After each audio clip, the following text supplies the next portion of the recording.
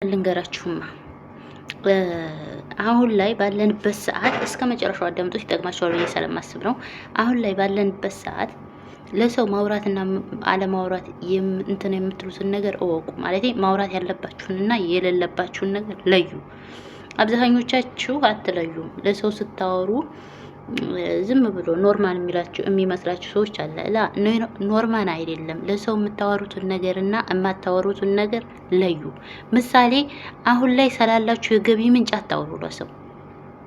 ሁለተኛ ደግሞ ስለ ቤተሰቦቻችሁ ጋር ተጣልታችሁ በቃ ተጋይታችኋል፣ ገብቷችኋል፣ ተጋጫችሁ። ያው እግርና እግር ሲጋጭለት ሲሄድ እንኳን እንደዚህ ሰውና ሰው፣ ስለዚህ ትጋጫላችሁ። በሆነ አጋጣሚ ተጋጫችሁ ቤተሰቦቻችሁ ጋር ተጋይታችሁ ያኔ የተጋጫችሁትን ለሰው አታውሩ። እናትህ፣ ወንድምህ፣ እናትሽ፣ ወንድምሽ፣ እህትሽ ምናምን የተናገሩሽ ነገር በተናደዱ ሰዓት ተናግረውሽ ያንን ነገር አታውሩ ለሰው። ባለ ትዳር የሆናችሁ ደግሞ ስለ ትዳራችሁ ምንም ነገር ቢሆን ለአብሶ የሚስት ቤተሰብ ለዘመዶቿ እሱ እንዲህ ነው፣ እሷ እንዲህ ነው፣ እሱ እንዲህ ብሎ፣ እሷ እንዲህ ብላ፣ ይሄን እንደዚህ አርጋ፣ እንደዚህ ፈጥሮ ምናምን አትበሉ። የቤተሰብና አብራችሁ የምኖሩት ሰው ማለት ነው። በምታወሩ ሰዓት ያ ሰው በጣም ብዙ ነገር ነው የሚወስደው ከእናንተ፣ ብዙ ኢንፎርሜሽን የሚባል ነገር አለ፣ ያጣራል ማለት ነው። ከዛስ በኋላ የሆነ እናንተን እንኳን መጉዳት ቢፈልግ እሱ ቤተሰቦቿ ጋር ተጣልታ በቃ ባሏ ጋር እንደዚህ ብላ፣ ባሏ እኮ እንደዚህ ነው፣ አይወዳትም፣ ይጠላታል። እናንተ እኮ ረስታችሁታል። ስለ ቤተሰባችሁ ያወራችሁትንና ስለ ቤታችሁ ያወራችሁትን፣ ስላገኛችሁት ገቢ ያወራችሁትን፣ ስለ ወጫችሁ ምናምን አውርታችሁ ጨርሳችኋል፣ ረስታችሁታል። ግን ያ ሰው እመኑኝ አይረሳም። ያ ያወራችሁ ሰው አይረሳም።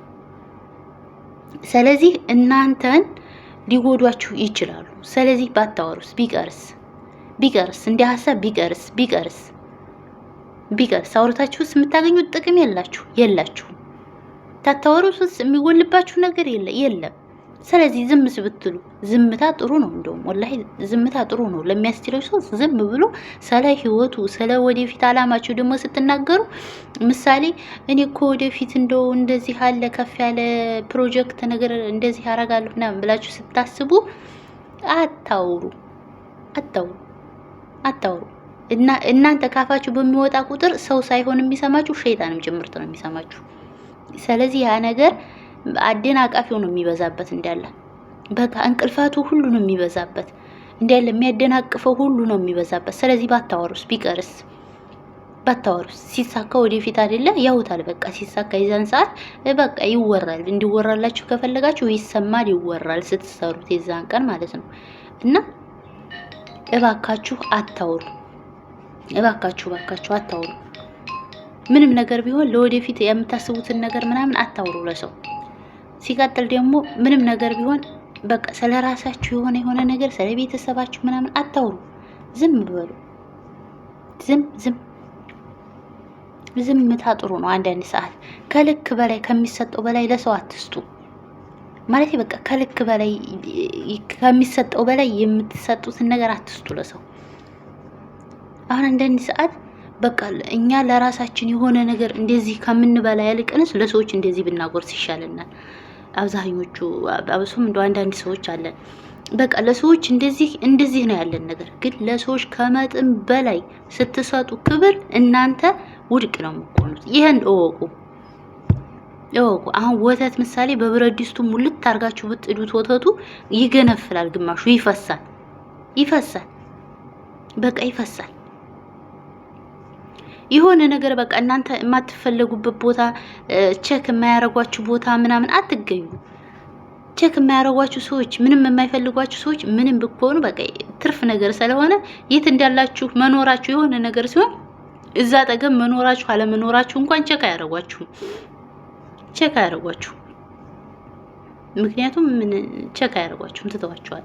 ስለዚህ በቃ ከልክ በላይ ከናንተ በላይ ለሰው ክብር አትስጡ። ከናንተ በላይ በቃ የወደፊት ፍላጎታችሁን የምታገኙትን ነገር ገቢያችሁን፣ ወጫችሁን ማን ጠየቃችሁና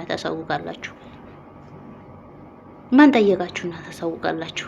እኔ የሆነች ልጅ ድንገራችሁ ይሄን ብዬ የተነሳሁት ዛሬ በቃ ይሄንን ብዬ ላወራችሁ የቻልኩት ዛሬ ሆነ ቦታ እኔ ልጆች አሉና ይዘውኝ ሄዳሉ ልጆቹ ዘመዶቻቸው ጋር ምናምን እና ሀዊ ዲዛይን ቲክቶክ ላይ ታውቃላችሁ።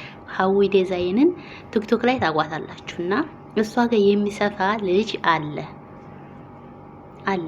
እሷ ጋር የሚሰፋ ልጅ ስፌት ማለት ነው። ልብስ እንደዚህ ሽፎ ምናምን የሚሰፋ እና እኔ የሄድኩበት ቤት ልጆች ይሰላሉ፣ እዛ ጋም ልጆች ይሰላሉ። ልጆችና ልጆች እንዲጫወቱ እነሱ ጋር ሂጅ ማለት ነው።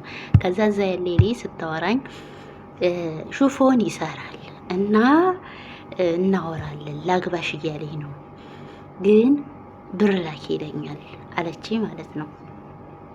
አልኳት አዎ። እና ላክሽለት ምናምን ስላት አዎ ላኩለት። ለምን ትልኪያለሽ ብርሽን? ታውቂዋለሽ ልጁን በአካል የት ሀገር ልጅ ነው፣ ቤተሰብ ያውቀዋል ምናምን፣ ለምን ትልኪያለሽ ብርሽን አልኳት። በቃ ሲያወራኝ ያለውን ነገር ሳወራው አለኝ ተረዳኝ አለኝ። አስባችሁታል? ተረዳኝ እና ስለተረዳኝ ለወደፊት እሱን በቃ ከዛ ካለበት ተቀጥሮ ከሚሰራበት ቦታ እኔም ብር ልኬለት ምናምን የራሱን ስራ ይጀምርና እኔ ደግሞ እወጣለሁ አላለችም። ከዛ በጣም ሳኩኝና ልጁን ካላወቅሽው የሀገርሽ ላይ ካላደለ ቤተሰብ የማያውቀው ከሆነ ኒካ ከሌላችሁ ከባድ ነው፣ ላንቺ መልሶ ከባድ ነው የሚሆነው። ተይ ይቅርብሽ። እኔ እንደ ሀሳብ ነው ግን ደስ እንዲያለሽ ለማታውቂው ሰው ብር አትስጭ። ለምን አንድ ብር ቢሆን አትስጭ። ገንዘብ አሁን ላይ ምንም ላይ መስልሽ ይችላል፣ ግን ኋላ ላይ ከባድ ነው ምናምን ስላት፣ አይ እንደዚህ እኮ መዳም ቤት በቃ 10 ዓመት 20 ዓመት ውጭ ላይ ሰው ጋር ካልተግባባሽ ምናምን 10 ዓመት 20 ዓመት ብትሰሪ ምን ይሰራል ብለሽ ነው? ወጥቶ እኮ ሰው 2 ዓመት 3 ዓመት መዳም ቤት ሰርተው በቃ እንደዚህ ሰዎች ጋር ተዋውቀው ወንዶች ጋር ምናምን ወጥተው የራሳቸውን ስራ የሚከፍቱት እኮ አብዛኛው ሰው በእንደዚህ መልኩ ነው ምናምን አለችኝ። ነው እንዴ አልኳት። አዎ እሺ አልኳት። ከዛ ያቺ ውሸቷን መስሎኝ ነበር እንደዛ ስታወራኝ። በቃ ዝም ነው ያልኳት። ሀዊ ዲዛይን ስታወራ ሰማሁ ቲክቶክ ላይ ደግሞ መልሳ የሆነ ልጅ አለ ብር ያስልካቸዋል፣ ስልክ ያስልካቸዋል፣ ያለ ቁጥጥር ነገር ሁሉ እየላኩ ከመዳን ቤት እቃ ከዚህ ሲጠልቡ ይልኩለታል ምናምን ብላ ስታወራ ሰማሁ። ወላሂ ያችን ልጅ አሁን እኔ ሳያት ራሱ እንዴት እንደምታስተላይ ማለት ነው። እንዴት ለማታውቂው ሰው ብርሽን ትልኪያለሽ? በዚህ ሰዓት አሁን ገንዘብ ከሌለሽ ሰው ሰላም በማይልሽ ሰዓት ገንዘብሽን ዝም ብለሽ ባረባ ነገር እንትን ትያለሽ ትከልጃለሽ እንዴ ምናምን ብዬ እና ያችን ልጅ አሁን እኔ በቃ ሳያት ራሱ ይሁን ጉራጌ ነች። ከዛ ይሁን እንትን ትለኛለች። ባታወራኝስ ኑሮ ባታወራኝማ አላቅም በቃ አላቅም። እና በምታወሩን ነገር ነው ሰው የሚገምታችሁ። ይሄ ቪዲዮ ከተመቻችሁ ላይክ፣ ሼር፣ ሰብስክራይብ እንዲያደርሱ። ባይ ባይ።